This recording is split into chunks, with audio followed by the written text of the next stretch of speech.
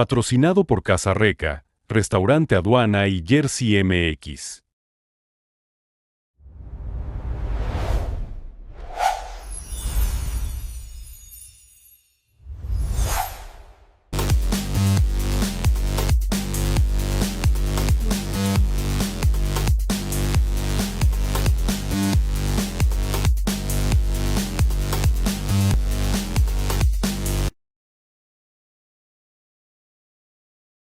Hola, ¿cómo están amigos? Bienvenidos de nueva cuenta a Emprender a Gusto en el programa número 16.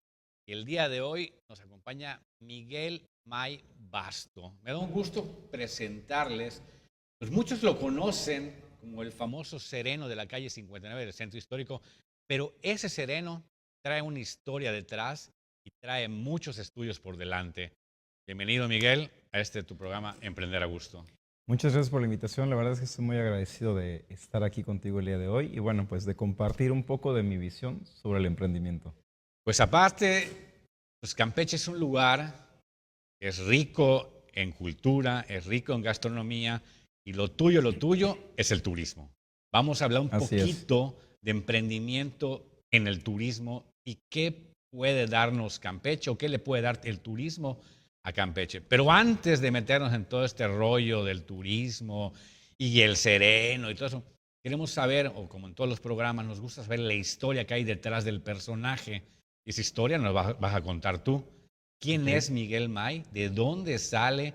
¿Y cuál fue, si desde niño le gustó emprender o cómo se te ocurrió emprender y llegar a esa travesía que es ser emprendedor y ser empresario?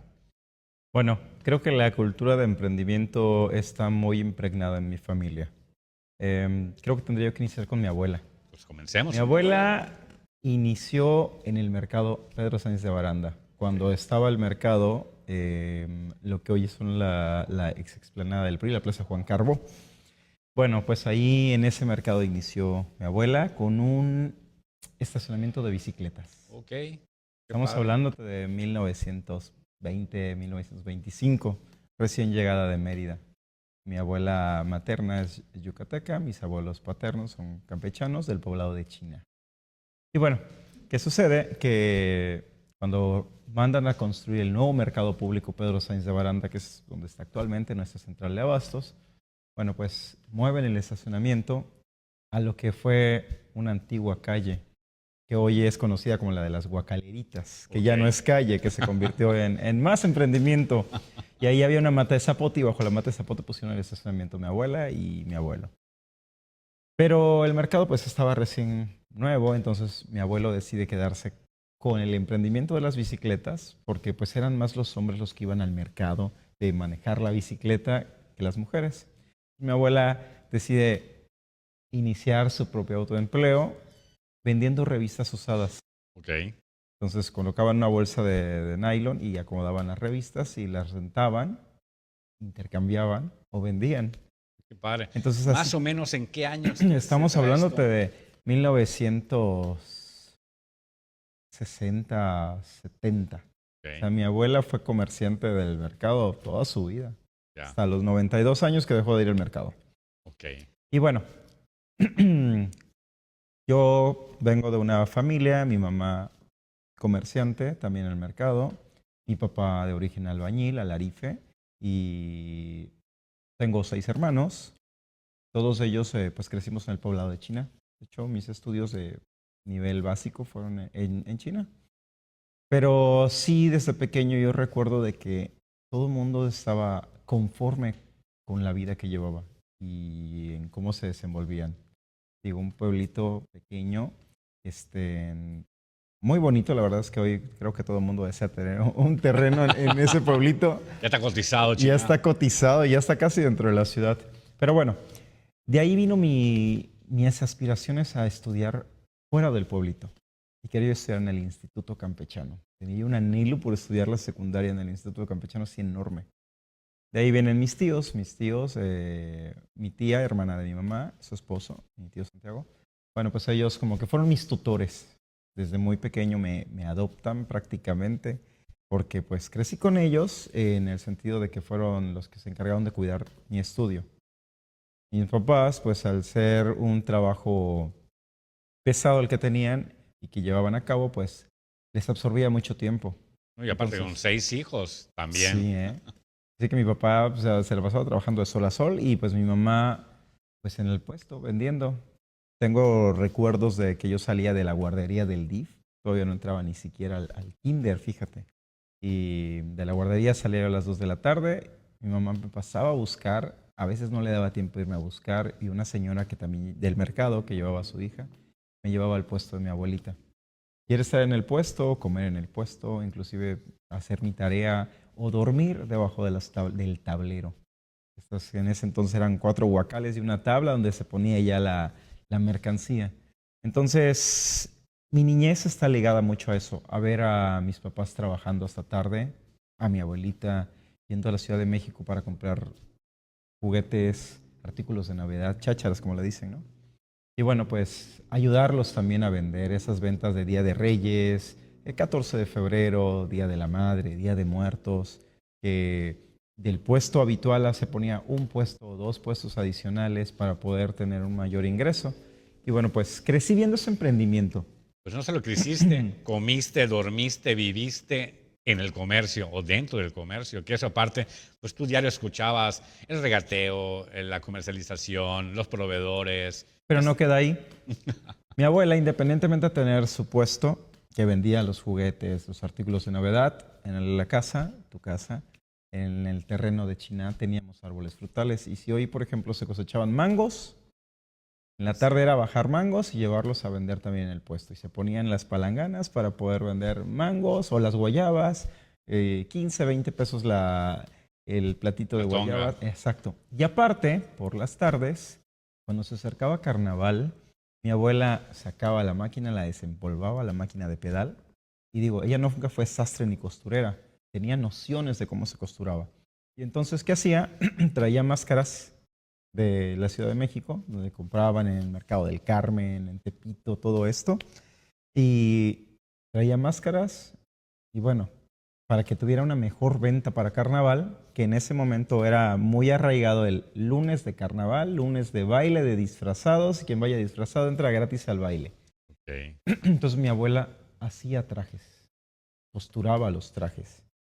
Cucuxclanes, que en ese momento estaban muy de moda, que de hombre lobo, que de odalisca, que de payaso. Entonces compraba las telas de bolitas y a costurar, y yo le ayudaba a veces a cortar, a estar enhilando la aguja, y ella a veces en el puesto mientras estaba vendiendo con medias, cortaba las medias, las amarraba a un extremo y empezaba a tejerles estambre para que sean las pelucas de payaso. Okay. Entonces, visto todo esto, siempre tuve esa cultura de creatividad. Siempre estuve muy empapado por la parte creativa, de buscar qué hacer para generar un ingreso. Pero qué mejor ejemplo que el de tu abuela y tus padres de que no estaban quietos. O sea, tú pensar de que, bueno, se conforma con la revista, bueno, y siempre trataba de innovar, llegar a las fechas, verlas, ves el negocio o la alternativa que puede existir allá. Bueno, con decirte que por las noches, para vísperas de Día de Muertos, se compraba el cacao y era a tostar cacao en la casa. ¿Y para qué servía? Para moler y tortear tablillas de chocolate. Oh. Así que vendíamos velas, veladoras, tablillas de chocolate, flores artificiales. Se acoplaban a cada fecha. Exactamente así. A mí se ponían a preparar las ollas de dulce. Y hasta la fecha se sigue haciendo. Es algo de que hoy sé que a diario están en el mercado, pero esas ventas especiales hay un puesto extra donde a veces ahí se reúne toda la familia. Perfecto. Oye, tu abuela entonces hasta los 92 años vivió. Sí, vivió hasta los 92 años. Ya hasta sus últimos días igual iba al mercado. Sola, tomaba su camión en la esquina de la casa, se bajaba al mercado, no le gustaba. 6 de la mañana se levantaba, desayunaba, se metía a bañar. 7:30, 8 ya se iba entalcada al mercado a atender su puesto. Era su vida. Sí, literal fue su vida y nos dio ejemplo a todos. Hoy en día los puestos, mi mamá tiene todavía su puesto, una tía tiene su puesto, mis primos tienen sus puestos, mis hermanos inclusive. Yo no, porque no fue nunca mi match.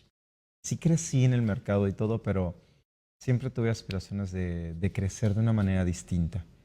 A pesar de que éramos emprendedores, pues sí, pues siempre había la carencia. Digo, no venimos ni vengo de una familia ni adinerada, ni un apellido reconocido, ¿no? Pero bueno, aquí viene la parte de... A los 16 años comienzo a trabajar, digo, ¿Dónde? como maestro de música. Ok, y... Mi tío era músico, Ok, maestro Santiago Ríos, que en paz descanse hoy en día. Y bueno, él junto con la maestra Gloria Montero, pues formaron uno de los primeros ballets y primeras charangas. Y bueno, yo como característica de la familia Ríos, todos los que nacieron bajo el yugo de la familia tenían que aprender a tocar un instrumento musical. No fui la excepción. Toco clarinete, saxofón, un poco de piano. Desde los 4 o 5 años tengo mis memorias así de estar en la casa jugando y escuchar escalas, arpegios, estudios de trompeta, porque era trompetista.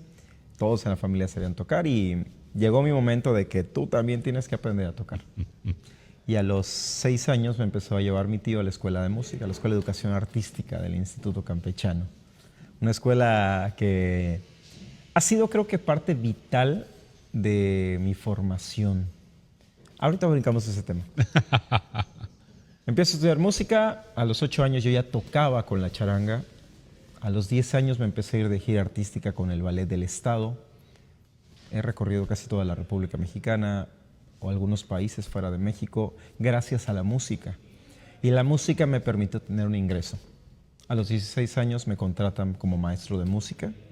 Y bueno, a partir de ese momento, pues me independizo. Mamá, papá, tíos, muchas gracias. Pero a partir de este momento, con mis 500 pesos que gano a la quincena, me hago independiente de ustedes. Y sí, fue soltar. Soltar, me aventuré a ser independiente, no codepender, porque la verdad, en el caso de mis papás éramos muchos, puro varón, y digo, sí era pues complicado a veces para mis papás el tema de los libros, los estudios. La mayoría de mis hermanos solo terminaron la primaria, no les gustó, no tuvieron ese como que sentido de educación.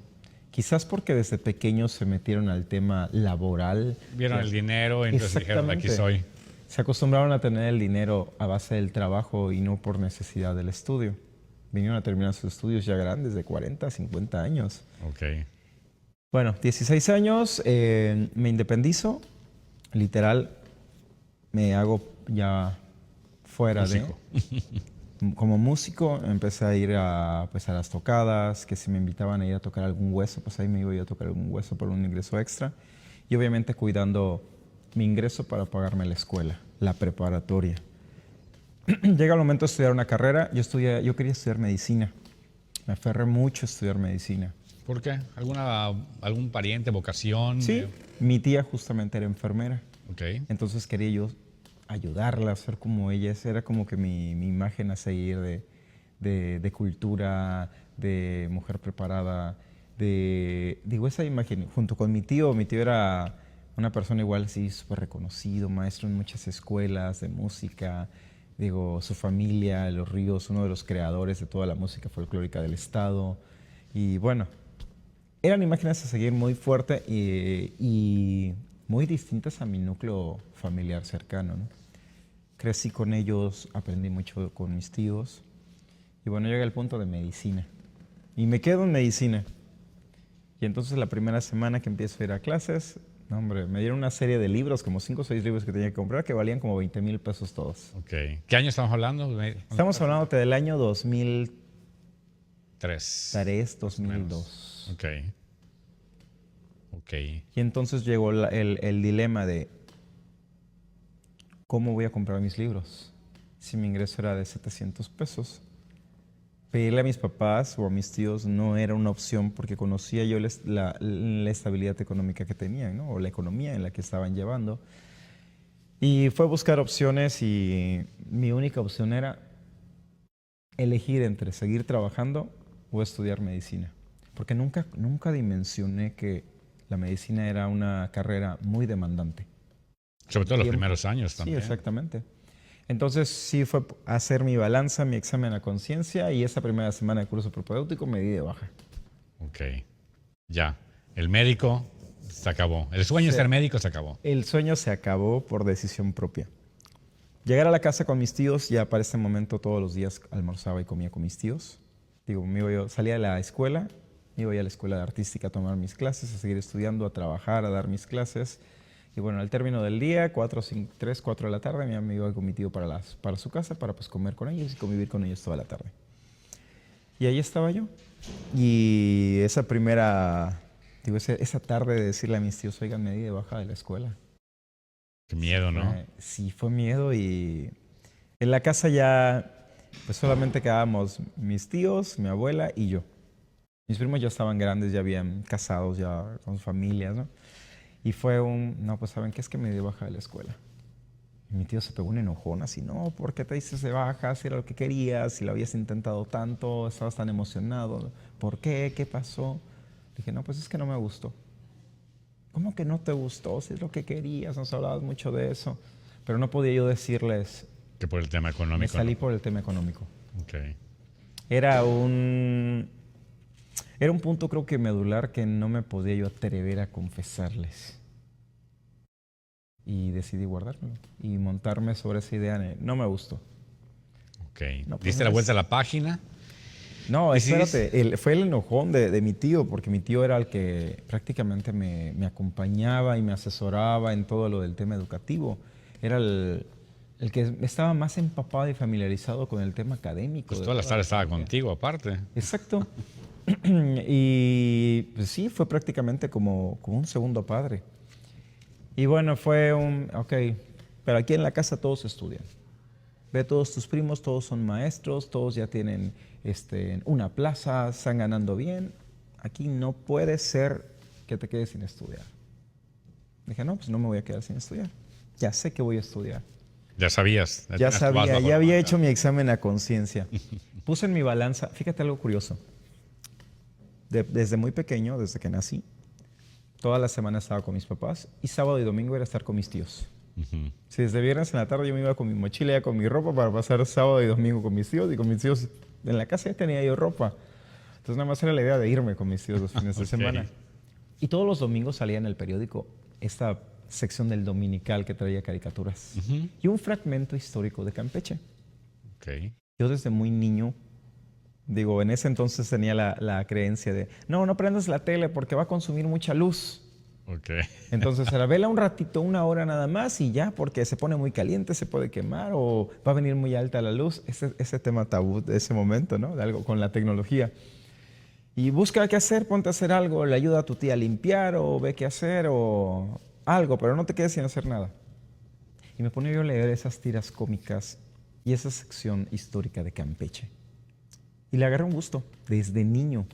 Yo empecé a coleccionar esos fragmentos históricos de periódico. Hice mi carpeta. ¿Quién escribía todos esos fragmentos históricos? Te mentiría si te digo, no tengo... Sería una buena investigación. Sería una buena investigación. Digo, cuando me salí de mi casa de mis papás, dejé todos mis libros y conforme fueron pasando el tiempo, pues la casa se la dan a uno de mis hermanos y mis cosas se perdieron. No sé dónde quedaron. Hay que ir a la hemeroteca a buscar todos esos recortes históricos a la universidad. Exactamente. Y ahí venían fragmentos de leyendas. Y entonces los momentos que no tenía yo nada que hacer, me sentaba yo a leer las leyendas y las releía y releía. Y cuando dije ya entrar a la prepa, yo ya me sabía todas las leyendas de Campeche de memoria. Toda la historia ya la conocía, pero ya estaba yo muy empapado de ella. Entonces, cuando viene el primer viaje dentro del ballet fuera del estado, recuerdo que fue a Monterrey, y me dicen, no, sí, pues vas a ir a Monterrey, pues estás muy pequeño, la maestra Gloria así súper linda, así de, bueno, eres el más pequeño de todo el ballet, todos 19, 20 años, yo con 11, no, tú vas a estar junto a mí, pero pues... Era un elemento en el grupo musical necesario. Yo llevaba el primer clarinete en ese momento de la charanga. Entonces sí, pues tiene que ir porque para que si no se desacompleta la charanga y si no se va a escuchar bien. Entonces la maestra Gloria siempre cuidó esos detalles. Entonces me tomé la tarea en ese momento de, bueno, voy a Monterrey. Yo emoción de que primera vez que iba a salir del estado, así a un lugar lejos, lo más cerca que íbamos a ser a Mérida con mis tíos. Y no, feliz. Me fui a la biblioteca esa tarde a buscar información de Monterrey. Con la idea de dónde me tengo que tomar la foto para que sepan que fui a Monterrey. Y entonces, no, sí que la estatua de Poseidón, que hay un láser en la plaza central, que tal calle es una calle turística, cerrada, donde peatonal. Fíjate, estamos hablando de, ¿qué será? 99, 2000, Sí. Menos, ¿no? menos por el 98. Sí, pues si entraste a la universidad en el 2002 y todavía tenías 8 años, yo creo que fue a principios de los 90. Fíjate. Y entonces llega ese primer viaje. Recuerdo que llevaba una cámara instantánea, me compré como 3 rollos. Me los gasté en el camino. Todavía cuando llegué a Monterrey a comprar un rollo o 2 más. Y entonces cuando nos dicen, ¿saben qué? Miren, ya terminó el ensayo general, tienen 2 horas libres para que andar aquí cerca, acérquense, vayan a ver lo que gusten, no se alejen, nos vemos aquí a tal hora. Siempre vayan acompañados. Y yo, un niño de 11 años, le digo a mis compañeros músicos, oigan, que igual ellos tenían 18, 19 años. Oigan, ¿saben qué? Es que quiero ir a una fuente que hay acá, que es muy famosa, que es emblemática de acá, y quiero irme a tomar la foto. Y dice, pues ¿sabes dónde queda? Pues según queda por esta calle. Pues si no, ahorita preguntamos. ¿No? Pues vamos, te acompañamos. Creo que como niño igual había ese compañerismo. Sí, te cobijaban como el pequeñín, la mascota del grupo, casi. Sí, en ese caso, mi tío, mi primo, que también iba entre los músicos. Y músicos, la agrupación fue chicos que mi tío fue rescatando de distintas sociedades y distintos núcleos familiares. Tenía ese sentido de paterno, ¿no? Entonces los acobijó, los enseñó la música y les dio un oficio. Y a través de ello todos hoy en día tienen una carrera profesional. No fui la excepción. Bueno, llegamos a la fuente, nos tomamos la foto. Y a partir de ese viaje, regresamos y ¿a dónde fueron? No, pues fuimos a tomar una foto en una fuente de Tritón, que no sé qué, padrísima. Y en la noche hay un láser. Y cuando me di cuenta, me convertí en el guía de turistas de 80 bailarines. Éramos 2 autobuses que nos movíamos. Y que si nos íbamos a Chiapas, oye Miguel, ¿y dónde tenemos que tomarnos la foto? ¿A dónde vamos ahorita que nos den tiempo libre? No, pues hay que ir a tal lado. Y ya me preocupaba yo por investigar, qué hacer, qué buscar, dónde tomarnos la foto. Ni era la parte de la motivación en cada viaje, saber de qué te a tus compañeros para saber a dónde llevarlos a un lugar padre. Exactamente. Y justo me convertí en el guía del grupo. Y cuando me di cuenta, primero empezamos siendo 8, 20, 40 y luego los 2 grupos. O sea, los 2 autobuses iban conmigo. Vamos todos con Miguel. Entonces, exacto, porque Miguel sabe a dónde tenemos que tomarnos la foto. Y qué padre, qué responsabilidad también, ¿no? Qué divertido, ¿eh? Y cuando vino el examen a conciencia fue ¿qué voy a estudiar? Tenía yo la opción de estudiar y entrar al instituto a estudiar una carrera becado. Y mi situación económica no me permitía desaprovechar la oportunidad. Claro. Entonces me puse a ver qué carreras de oferta educativa tenía el instituto, que por cierto, hoy en día tiene muchísimas más, muchas que sí me hubiese gustado escoger. Pero entre esas me había yo decidido por 3. Mercadotecnia, turismo y trabajo social. Y entonces me puse a analizarlas una por una, qué tanto coincidían con mi perfil y mi forma de ser. Que trabajo social no me veo como psicólogo ahí estando con niños, la verdad no lo dimensionaba. Hoy en día superfluyo. Descarté de trabajo social. Mercadotecnia, no, pues necesito comprar una cámara porque te piden una cámara profesional para aprender a sacar fotos y hacer tus evidencias, tus portafolios. Descartado mercadotecnia, no tengo para cámara. Una cámara en ese momento 12,000, 15,000 pesos. Turismo. Bueno, pues me gusta viajar. Si es turismo, es porque vas a viajar. Mentira, no es así. Mucho libro, poco viaje. Ok, dije turismo. En turismo puedo llevar la carrera y seguir trabajando sin problema alguno. Si yo pido permiso en la escuela para irme a un viaje, no creo que me digan que no. Si la carrera se trata de viajar. Esa fue mi mentalidad en ese momento, ¿no? Y dije, bueno, pues turismo. Leo sobre los lugares a donde vamos y siempre me preguntan que a dónde irnos a tomar la foto. Fíjate ese punto medular.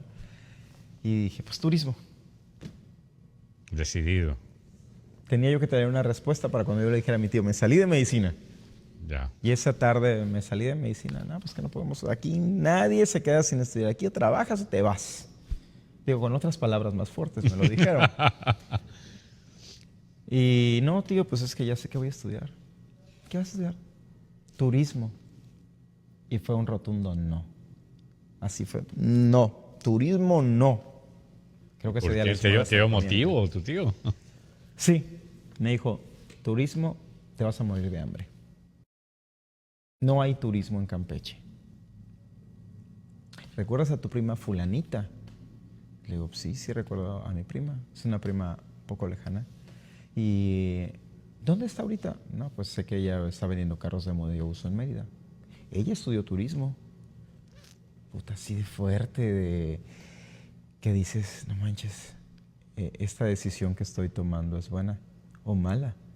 Y un fue, pues tío, está decidido, es turismo.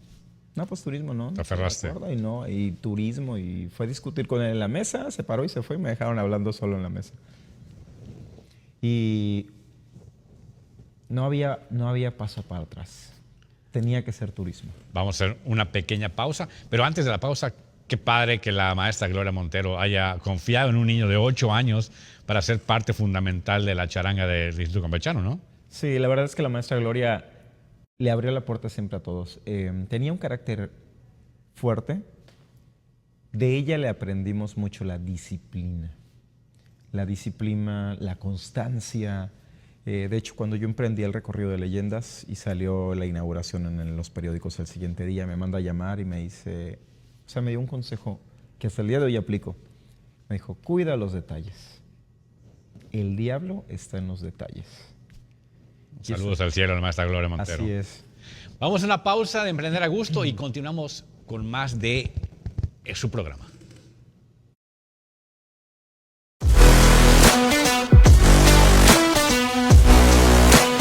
Diseño.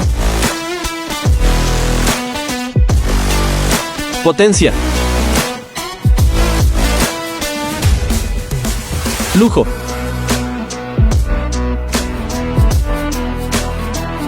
Poder. Estrena con 0% de comisión por apertura, bonos especiales y financiamiento de hasta 72 meses. Ves tu Nijin, ahora en Campeche.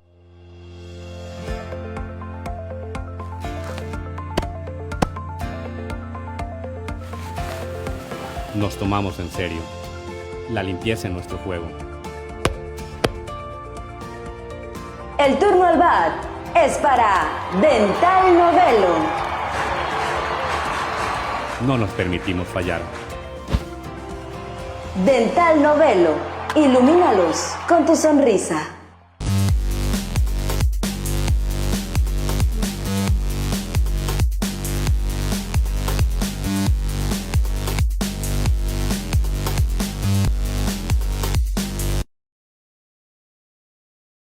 Gracias por continuar en Emprender a Gusto. Como siempre, quiero agradecer a los que hacen posible esta transmisión, al canal Mayavisión, que todos los miércoles nos recibe en su casa para el programa, así como Aduana 59, Florería Sara, Bestún y Reca, que no puede faltar en las mesas de los campechanos. Y como es tradición en Campeche, y pues aquí tenemos a alguien que nos cuenta tradiciones, continuamos con Miguel May. Miguel, llegas al Instituto Campechano y decidiste ya. Y llego al Instituto Campechano. No, espérame, es que decirle a mi tío que no estudiar medicina y que turismo sí fue... Creo que sí fue algo fuerte para él. Creo que ninguno de mis primos se había revelado tanto. Confrontado. Confrontado, sí. La palabra de mi tío decía santa voluntad que se hacía. Y no, turismo. Entonces, ese fin de semana, súper molesto mi tío conmigo, no me hablaba. Y al lunes siguiente, al momento de llegar a la escuela de artística, pues al trabajo, mi tío llegaba desde muy temprano, pues él era ese tiempo completo ahí. Entonces llegué y fue la prefecta, el parte del maestro Santiago que suba a su salón. Dije, sigue el regaño. Casi como un reporte, ¿no? Sí, casi, ya ahí subo a su salón y le digo, ¿qué onda, tío? ¿Cómo está? Lo saludo y me dice, toma, abre su portafolio, siempre tenía, junto a su silla tenía su portafolio con partituras. Y saca una carpeta y me la entrega. Abro la carpeta y le digo, ¿qué es esto? Me dice, velo, léelo. Lo abro y era mi boleta ya de inscripción a turismo. Ok, ya. Y me dice mi tío, ya perdiste el curso propedéutico, pero preséntate mañana y ya para entrar a clases. O sea, tú pensás dejar pasar un año y inscribirte. Y él pensó en, no, tengo que moverme para que no pierda el año y entre a turismo. Ok. Y entonces él, en ese momento era algo que se podía.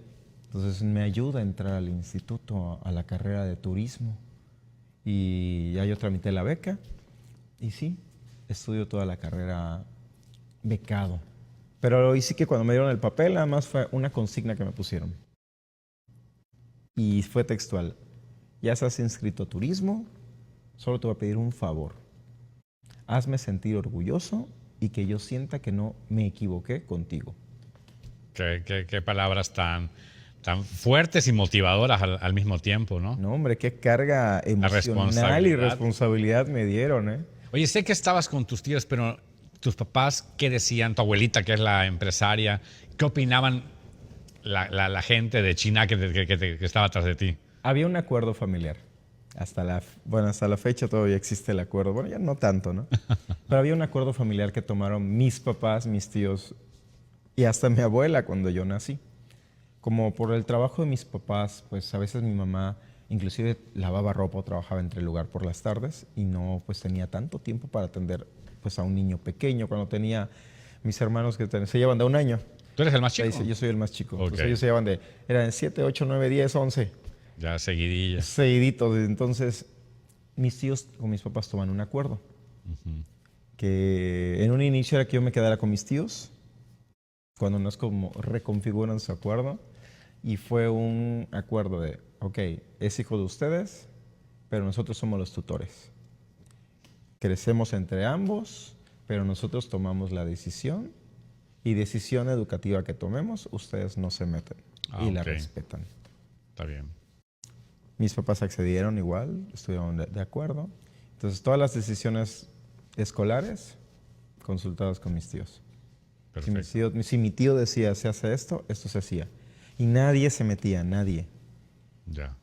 Lo habían hecho igual con mis hermanos, pero pues terminaba metiéndose la familia. En una ocasión mi abuelita con uno de mis hermanos se mete. Y bueno, terminó mal. El ejercicio terminaban mal, terminaron hasta peleados. Entonces yo fui la excepción, ¿no? Entonces, después de muchas pruebas, mi acuerdo fue creo que el que mejor resultados dio. Entonces mi tío era el que se encargaba de la parte educativa. Ok, bueno. Ya estás en turismo en el Instituto Campechano. Estoy en turismo del Instituto Campechano. ¿Qué año era? Estamos hablando 2004 más o menos, ¿no? No, estamos hablando como de 2007. Ok. Sí, 2007. Ah, perfecto. Entonces ya entro a turismo. Seguía llevando a la par la música y el turismo. Sí, era más comprometido con la música que con el turismo porque pues era un trabajo. Aparte estando en la orquesta familiar, aparte yéndome aquí a los huesos, seguí viajando con el ballet hasta donde el ballet existió, que era dirigido por la maestra Gloria, ¿no? Entonces siguiendo con el coach de la maestra Gloria. Pero algo curioso que yo aprendí de la maestra Gloria. Ya ves que te dije que desde pequeño pues yo andaba en los grupos y yo desde chico yo crecí prácticamente en escenarios, viendo que acomoden telones, piernas, ensayos, estando en proscenio. Como aprendí las partes del teatro, y no porque yo me pusiera a estudiarlo, sino porque, como era el más pequeño, entonces la maestra Gloria se sentaba al frente en la primera fila de los teatros. Y te estoy hablando de teatros como Auditorio Nacional, como un grandes teatros. Aires, sí, o sea, escenarios grandes y... Jala, te toca tocar el solo en pleno Auditorio Nacional. Y ahí es donde aprendí a superar el miedo a estar en público, a estar en un escenario, a hablar, a desenvolverme. Las primeras presentaciones como músico recuerdo que me paniqueaba, me ponía hasta duro, no me salía, escuchaban gallazos. Pero conforme fueron avanzando los años y al calor de la maestra, pues vas superando eso. Pero ¿qué fue lo que aprendí de ella principalmente? ¿O qué me dotó? ¿Qué años más tarde ya me daría yo cuenta de cuál fue mi éxito? Como era el más pequeño, pues me sentaba yo junto a la maestra con el afán de que ella me cuidara. Sí, porque era una responsabilidad para ella llevar un menor de edad. Espérate, para ella, para el instituto, que en ese momento era compañía de danza del Instituto Campechano, para el gobierno del estado, que nos íbamos con el gobierno. O sea, es un tema que entraban de seguros, de muchas cosas, ¿no? Okay. O sea, el más pequeño, 8 años, yendo en un evento cultural. La maestra era, tú te quedas aquí junto a mí. Siéntate acá. Es más, toma mi bolso. Entonces estaba yo agarradito ya del bolso y, a ver, eso no, aquí salió mal. A ver, centro, ¿cuál es el centro del escenario? Busquen su centro, siempre ubiquen en el centro. Sales para allá, no, mira, estás tapando, aquí en esta figura, en esta coreografía tapas a esta persona. Tienen que entender que nadie debe sobresalir más que nadie, eso se ve mal. Todos tienen que brillar a la par, todos tienen que ser un equipo. Y escuchar eso por muchos años. Una clase personalizada. Estar aparte. viendo cómo reconfiguraban y cómo armaban todo un show y un espectáculo. Muchas veces el maestro Laureano, el maestro Freddy, la maestra Patti, que en paz descansen, digo, armaban la coreografía, armaban el show y al momento del ensayo general, no, eso está mal, no me gusta. Se vuelve a montar. Y si lo tenemos que quedar aquí hasta las 9 de la noche, nos vamos a quedar hasta las 9 de la noche hasta que salga. Wow. Y era, sí, justo lo dijiste, una clase personal de cómo se hace y se configura y se diseña y inclusive se evalúa un show. A veces la gente no se da cuenta de todo ese esfuerzo que hace la gente que está detrás de bambalinas para que el público vea este espectáculo. Sí, te digo, y nos tocó muchas veces llegar de viaje 3, 4 de la mañana, dormir 2 horas en la Escuela de Educación Artística y a las 8 irnos a presentar el bailable de la guaranducha. Entonces, ver labores de rescate de bailes como la guaranducha, como jicaritas, muchos por la maestra Gloria, por el maestro Laureano, me fueron dando tablas artísticas, teatrales inclusive, pero yo no sabía cómo se llamaban en ese momento. Yo simplemente sabía, ya sé, mira, llegó tal personalidad, recuerdo muy bien el Auditorio Nacional, que nos tocó presentarnos como 2 veces. En una de esas, al lado de nosotros estaba Laura Pausini. Y recuerdo que la maestra Gloria entró al camerino de nosotros y nos dijo, a ver, aquí al lado está Laura Pausini. Pero entiendan algo, es de mala educación cuando eres compañero de alguien de escenario, acercarte a pedirle un autógrafo, una foto o estar molestando con ese tipo de cosas. Porque venimos a trabajar y nosotros también venimos a trabajar. Entonces, si ven, saludan, pero nada de estarse acercando, amontonando, jaloneando, no. Tienen que aprender a ser profesionales. Es decir, como profesionales les hablaba. Y ya entendieron también la responsabilidad y el profesionalismo que tenían. Sí, justamente. Y de ahí aprendimos reglas de etiqueta. Reglas de etiqueta de qué sí puedes hacer, qué no puedes hacer, que no te debes atravesar, sí dar y ceder el lugar cuando alguien está hablando y es la figura central, hacerte a un ladito, darles el espacio, reconocer.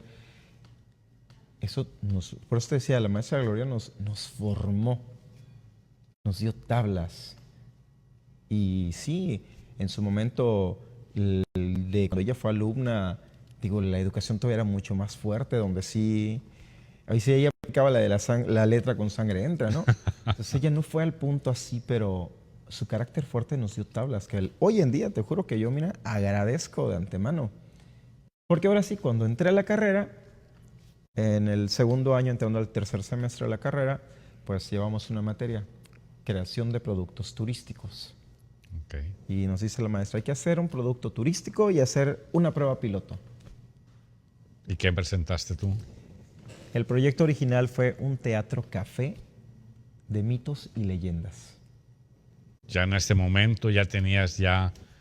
Dije, las leyendas poco conocidas, muy poco habladas o trabajadas dentro de un sistema educativo. Dije, bueno, conozco las leyendas. Tengo mi libro de leyendas de recortes de periódicos. Y fui a rescatar algunos que todavía sí logré conservar, que sí, en mi momento cuando me quité de casa de mis papás me llevé conmigo. Los tengo hasta el día de hoy. Padre. Son fotocopias de unos libros muy, muy viejitos de 1892. Con esto te digo de viejitos. Y fue pues que sea un teatro café de mitos y leyendas. Y vuelve a lo mismo, vuelve a mí el teatro, vuelven los escenarios, vuelve la parte de hacer una representación, una obra, y ahora mezclando las leyendas, sí, el que montaje. era lo que conocía, montaje, y mis compañeros así de grupo, pues, tú sabes, hazlo. Casi te Te apoyamos, te damos el recurso de lo que haga falta, pero pues tú hazlo. Y entonces fue llevar a cabo ese primer proyecto. Eso fue finales de 2008. Ese mismo año se da un cambio electoral y cambia de municipio. Y bueno, la dirección de turismo del municipio de ese momento abre una convocatoria para arrojar un proyecto turístico.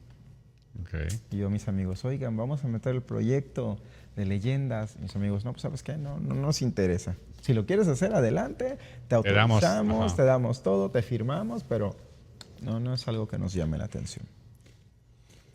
Y entonces meto el proyecto de mitos y leyendas.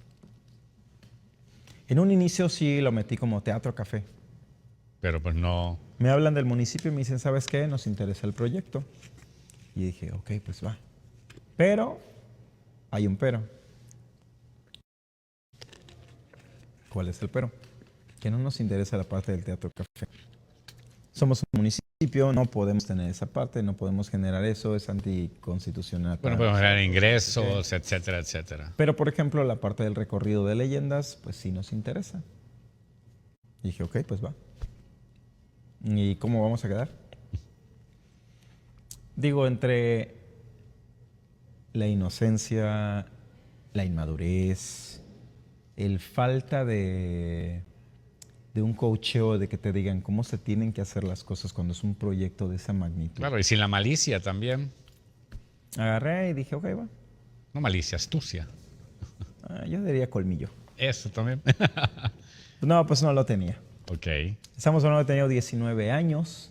Cuarto semestre, tercer semestre. Cuarto semestre, porque cuando llegan a el proyecto lo hago en tercero y es a cuarto semestre donde me toca echarlo a andar. Y entonces me dicen, ¿sabes qué? Pues es una prueba piloto, vamos a hacer la prueba piloto. Dije, ok. Diseñé la ruta. Okay. Hasta el día de hoy el recorrido, la ruta que tiene el recorrido es exactamente la misma. Ya cumplimos 16 años y no la he cambiado en 16 años. Ha sido una ruta que ha sido buena, muy noble. Y que se ha adaptado y la ha hecho muy a la esencia del recorrido. Entonces, meto el proyecto. ¿La sigue teniendo ese mismo proyecto el ayuntamiento? No es del ayuntamiento. Ok. Ahorita vamos a esa parte. Ok. Bueno, al día de hoy, fíjate que uno de mis motores, hoy ya al frente de una escuela de turismo, es...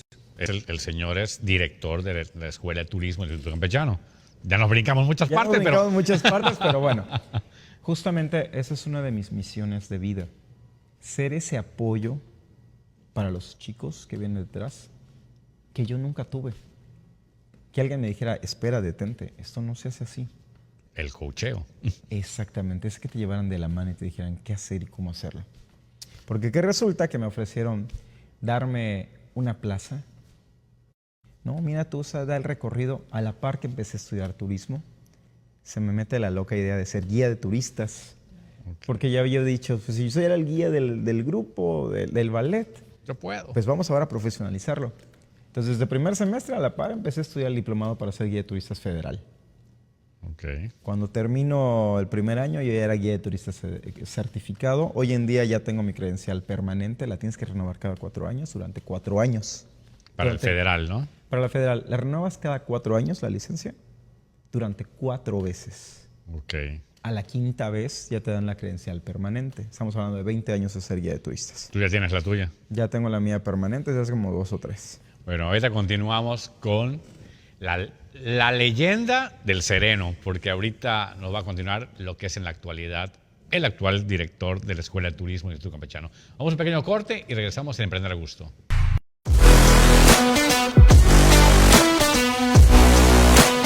Diseño.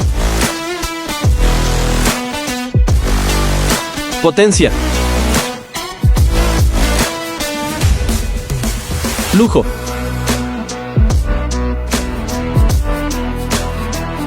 Poder. Estrena con 0% de comisión por apertura, bonos especiales y financiamiento de hasta 72 meses. Ves tu Nijin, ahora en Campeche. Esto es Mapersons. Descubre el poder de limpieza total para tu hogar. Frescura garantizada en cada gota. La solución definitiva contra sarro, grasa y manchas. Descubre el poder de raso ácido, Haperclor y sarricida. Elimina el 99.9% de las bacterias. Regresamos de nueva cuenta, Emprender a Gusto, y vamos con la parte final de la historia que tenemos el día de hoy. Y bueno, pues fue empezar de cero, empezar en un punto con una promesa de trabajo. Digo que al final no se cumple, no se puede dar, no le dan un seguimiento. Termina esa administración y me dicen, pues ¿sabes qué? Muchas gracias, te regresamos tu proyecto. Nunca me pagaron ni un solo peso. Ni la plaza que te prometieron. Ni la plaza. Trabajé gratis los 3 años por no soltar el proyecto, por no perderlo, porque ya le había agarrado cariño. Y bueno, me dicen, pero ¿sabes qué? A partir de ahora te toca seguirlo de manera particular. Entonces se hizo todo un documento legal donde pues me regresaban mis derechos por el tiempo que lo habían usado. Y por eso digo, si realmente necesitas un coacheo de saber cómo hacer ese tipo de cosas y no aprenderlas en el camino. Y a partir de ese momento, 2012, iniciamos de manera particular el recorrido de leyendas. Ha sido difícil. En un inicio fue acercarme a secretarios de turismo que me dijeran, no, lo que tú haces es cultura y no turismo. Ve con el de cultura. Y acercarme a secretarios de cultura que me dijeron, no, lo que tú haces es turismo, no cultura. Y se aventaban la bolita y nunca hubo el apoyo. Y entonces ahí fue donde comprendí que realmente estaba en un emprendimiento. Y que el emprendimiento no puede depender de un gobierno. Que viene por la parte tuya, viene la parte de planeación, de organización, de gerencia, de liderazgo. Y bueno, entonces a partir de ahí, bueno, vamos a iniciar solos, vamos a procurar primero. ¿Cuál es nuestro principal factor? La parte cultural. Entonces nos tomamos como misión rescatar, difundir, promover las leyendas de la ciudad. Y entonces, conforme fueron pasando los años, fuimos creciendo y ya no se fueron de la ciudad, ahora fueron de todo el estado. Oye, ¿desde el principio te personificabas como el sereno? ¿Desde el principio o al principio estabas de civil? No, desde el principio, desde el día 1 se inventó el personaje del sereno. Para que sea el guía del recorrido. Es que la gente, lo que no saben, ¿qué es el sereno? Bueno, el sereno era la persona o el vigilante nocturno que tenía la villa de Campeche. Esto era en las épocas cuando todavía no existía la electricidad, desde la época de la colonia hasta casi finales de 1800, cuando se inaugura la red de energía y luminarias de la ciudad de Campeche. Entonces, este personaje no solo vigilaba y gritaba la hora para decir que todo estaba tranquilo. Las 8 y todo sereno. Las 8 y todo, lo único que puedes ver en la calle es el sereno caer. Que es la traducción, ¿no? También este personaje lo que hacía era encender los faroles de las calles. Entonces, por eso es que el personaje siempre lleva un farol, porque era de donde tomaba la llama para encender. Recuerdan que Campeche históricamente éramos de la cera, la famosa cera de Campeche era porque también fabricábamos miel y había cera para velas. Entonces la iluminación era a base de candiles, en un inicio de velas, posteriormente a bases de aceites naturales, pero siempre tenía que llevar la vela el sereno para pues tomar el fuego y encender las lámparas de la calle. Y bueno, el recorrido de leyendas, ¿en qué consiste? Es una caminata donde se conoce la historia de la ciudad, los mitos, las leyendas y cómo funcionaba la villa durante un ataque pirata. Se conocen datos importantes y curiosos de la ciudad, costumbres, y también conocemos algunos dichos. Por ejemplo, que dicen que si tú en una casa ves que de la nada aparece fuego, es porque ahí hay oro. Campeche no es la excepción y se dio por el tema de los piratas, que la gente emparedaba su dinero para poder esconderlo y que no se lo robaran. Y bueno, ¿cuántas veces no hemos escuchado que en cualquier mantenimiento en alguna casa del centro se encuentra algún objeto de material precioso? Sí, eso se dice. Oye, la responsabilidad de ser la cara turística a todos los extranjeros que llegan a Campeche, o sea, verte con grupos de 20, 30, 50 personas por la 59, que por cierto es Miguel el Sereno, el personaje que da la cara por todos nosotros contando las leyendas en cada calle. ¿Qué responsabilidad es esa para ti? Para empezar, es un compromiso muy grande. Sí, como todo show, a veces tienes que inyectarle la parte mágica, la parte de endulzar las leyendas o el texto. Es una responsabilidad muy grande, sobre todo por el hecho de que al ser la primera cara y el primer punto de contacto, la responsabilidad de que esa gente hable bien de tu tierra o regrese es tuya.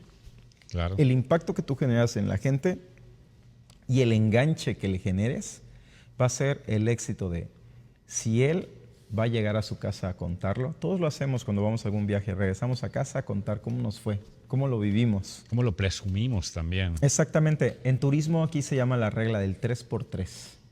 Una persona se lo cuenta a 3 personas. Y esas 3 personas, cada una se lo cuenta a otras 3 personas. Y eso se repite 4 veces. Entonces imagínense, con una persona que logremos impactar, que quede enamorada de Campeche y de regresar, se lo va a contar a 32 personas que van a regresar. Yo quiero felicitarte por este personaje que tienes. Eres la cara de Campeche y sin ti mucha gente no conocería todo lo que tenemos detrás. Y aparte, falta mucho por hablar y mucho por decir, pero me gustaría que tú le des a la gente que nos ve un consejo para saber cómo emprender en turismo, o qué pueden hacer, o conformarse con estar en un escritorio y ya estuvo. Miren, para emprender en turismo, bueno, para hacer un emprendimiento, no solamente en turismo, lo pueden hacer en cualquier área. Lo primero es tener las ganas. Lo segundo, confiar en ustedes. Y creo que el más importante, quitarse el miedo. Quitarse el miedo a pedir un crédito, quitarse el miedo a tener una responsabilidad de pago. Créanme, todos los preemprendedores y al día de hoy, empresario que les diga que no tienen una deuda, que no hay un crédito por pagar, que no hay una factura pendiente, si no lo tienen, corran de ahí. No son empresarios, créanme, se los juro. Muchas veces pensamos que el ser empresario es tener resuelta la vida. No, no es así. Es enfrentarte día a día a nuevos retos que tienes que ir sacando adelante y resolviendo con astucia, con liderazgo, porque muchas personas dependen de ti. Todas aquellas personas que creen en tu proyecto y en tu iniciativa, confían en ti, están entregadas no por el proyecto, sino por quien los lidera. Y el hecho de que tú estés ahí sacando la cara, poniendo el hombro, eso es lo que más motiva. Entonces, es cierto, ser emprendedor es un poco difícil, es de valientes, porque sí es algo que te lleva a tener mucha responsabilidad, pero no tengan miedo de esa responsabilidad. El consejo sería, atrévanse, quítense los miedos y aviéntense a hacerlo. Excelentes palabras. Oye, Miguel, pues un gustazo tenerte aquí. Gracias por tu tiempo. Quiero regalarte, como a todos los invitados, pues una gorra, porque lo que haces lo haces a gusto.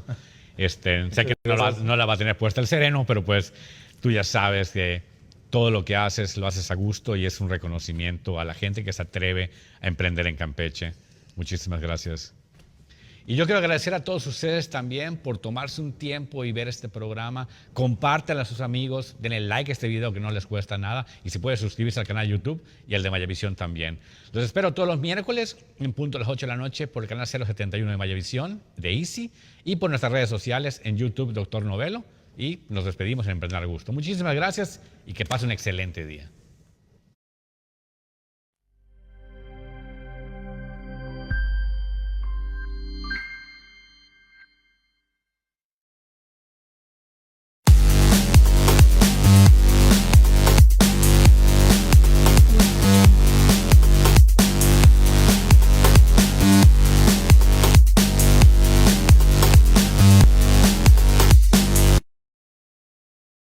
Patrocinado por Casa Reca, Restaurante Aduana y Jersey MX.